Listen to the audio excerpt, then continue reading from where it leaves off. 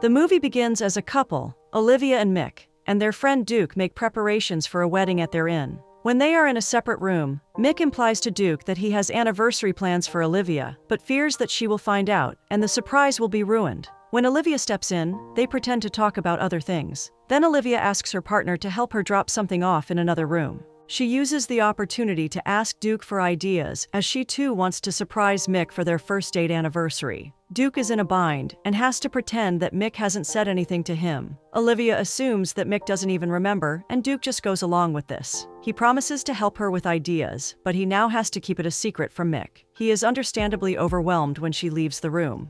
In the next scene, Annalise, Olivia's best friend, is enjoying her own send-off party. She intends to start off her own wedding planning company, and her colleagues are thrilled for her. In a discussion with her former boss, Sandra, it is revealed that Olivia will take second point and help take the company to the next level. It is implied that there is a lot of pressure on Annalise, because her designated investment group will come on board only if the next wedding she plans is a success. The preparations for this next wedding are taking place at Olivia and Mick's inn. Despite the fact that the entire future of her company, and her career for that matter, depends on this next gig, Anna steels herself and is prepared to do what it takes. Her former boss showers her with praise and moral support. Soon Anna leaves for Willow Lake Inn, which belongs to Mick and Olivia. This is where the next wedding is to take place. She is warmly welcomed by the duo. The friends exchange pleasantries and get to work immediately. As Anna and Olivia go over the ceremony's arrangements, Olivia asks her about a man she had been seeing. Anna replies that it didn't work out, but she is fine and has her hands full with work. The celebrants, Jen and Lucas, arrive at the inn as scheduled, and Anna introduces them to the inn's owners. Work then demands that Anna and Mick put some birches away together. Whilst they are doing the birches, Mick asks Anna about the celebrants. Anna recounts her history with them.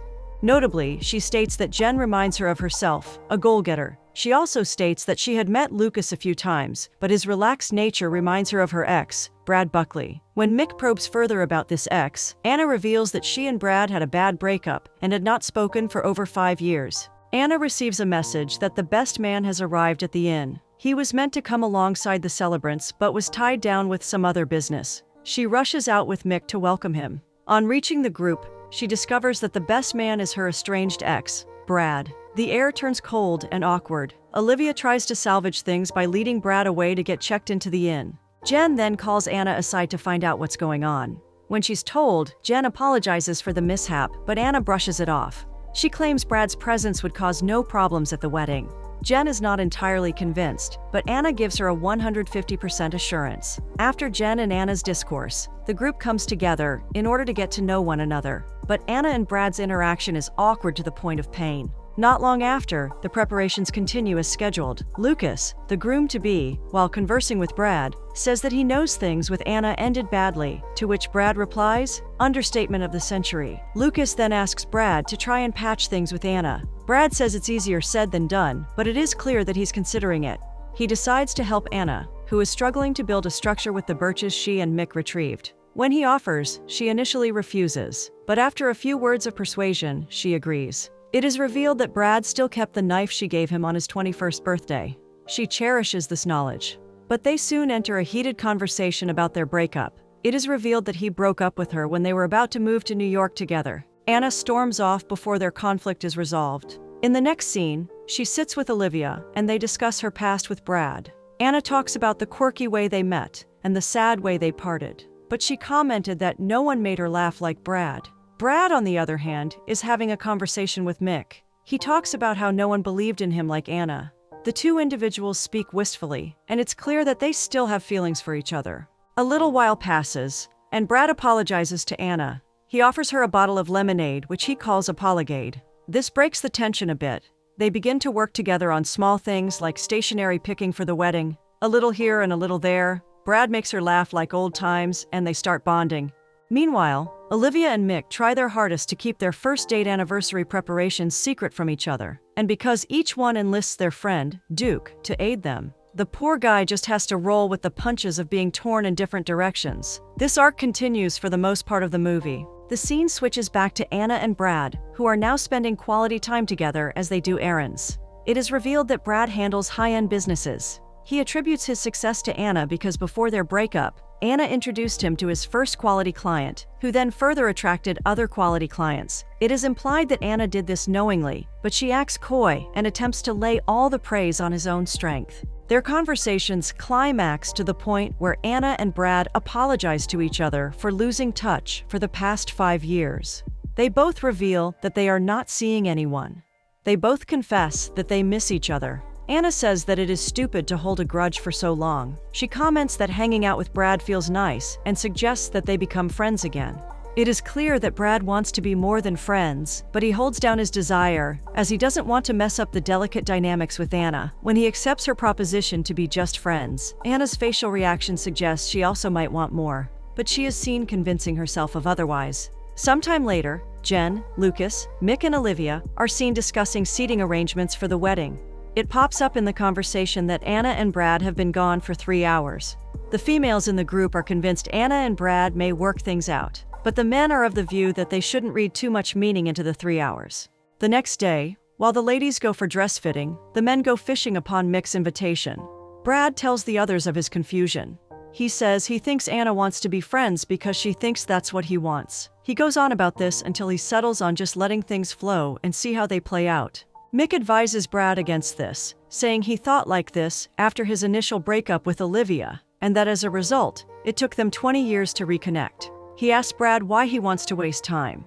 Lucas sides with Mick, and Brad considers the advice. It is clear to the viewer that he just might put it to the test. The scene shifts to Anna and Olivia supporting Jen as she tries on wedding dresses, when she eventually finds the perfect one and steps out to change back. Olivia asks Anna about what's troubling her. Anna then confesses that she still has feelings for Brad, but she's unsure of how to proceed. Olivia, the ever-thoughtful best friend, advises her to tell Brad how she feels so that she won't be stuck wondering about what could have been. A few hours later, the ladies return to the inn. Brad seizes the opportunity to talk to Anna privately. He shows the completed birch structure that they had been struggling to build. Anna expresses her gratitude. It is revealed that Brad finally figured out how to erect the structure in the wee hours of the morning. When Anna questions, he confirms that he couldn't sleep as there was something on his mind. Anna and Brad are about to express their discontent with just being friends when they are interrupted by Jen and Lucas. Jen and Lucas are experiencing trouble with their fitting in new prospective guests, and they require Anna's assistance. This effectively cuts short the confession session of our protagonists. The next day, guests arrive at the welcome party in their numbers. The arrangements for the new prospects have not been sorted out yet. And to make matters worse, a member of the investment group interested in supporting Anna's business shows up uninvited. He wants to evaluate Anna's performance in person. Anna receives him warmly and plays things cool, but she's internally freaking out. Brad, overhearing the conversation, steps in to offer the investor a good distraction. The investor, Cameron Clark, is happy with this, and Anna has time to make adjustments and to sort things out. She is extremely grateful to Brad, and one can assume she is falling deeper for him. But as time passes, Anna contemplates their history. She confides in Olivia that she fears Brad broke up with her all those years ago because he knows that they are too different and will never have a future together. Olivia comforts her by saying opposites attract, and that Anna cannot be so sure of Brad's reasons unless she speaks with him. Meanwhile, in a different location, Brad and Mick talk about Brad's desire for Anna. Brad reveals that Anna has always been so organized, focused, and full of dreams, and that he felt he was holding her back. That's why he broke up with her. He wants to fix his mistakes, but he doesn't know how. Mick encourages him and tells him to start by talking with Anna. But Brad says he's on the fence as he wants her, but does not want to get in the way of her dreams. In response, Mick tells Brad to give Anna the opportunity to choose. He tells him to not rob her of her right to choose. Again, Brad considers his advice. At the rehearsal dinner, Brad and Anna catch each other's gaze time and again. Their eye contacts get especially heated when Jen makes a speech about how Lucas compliments her and makes her a better person. During the wedding ceremony, their heated exchange continues. Fast forward to the reception. Cameron, the investor, congratulates Anna, telling her that she passed the evaluation. He tells her that her success marks the beginning of a very fine and profitable relationship. Anna is elated by this news, but her joy is not full as she is yet to patch things up with Brad. She meets him and confesses that without him, her life has been one big to-do list, implying that he brings color to her existence. Brad, on the other hand, reveals the true reason why he broke up with her, the same reason he shared with Mick. Anna responds that they could have talked about it, But Brad says he didn't want her to look back in 20 years, with the regret of not going after what she truly wants. Anna tells Brad that what she has wanted most in life is to be with him. Brad voices that he loves her and that he will move to New York to be with her. They kiss passionately. A few days after the wedding, Mick and Olivia surprise each other with presents that set up a wholesome anniversary. The duo walk down memory lane and assert their love for each other. Mick asks Olivia to marry him. She immediately responds positively. At the end of the movie, it is suggested that the three couples, Jen and Lucas, Olivia and Mick, and Anna and Brad, all get their fantabulous happy endings.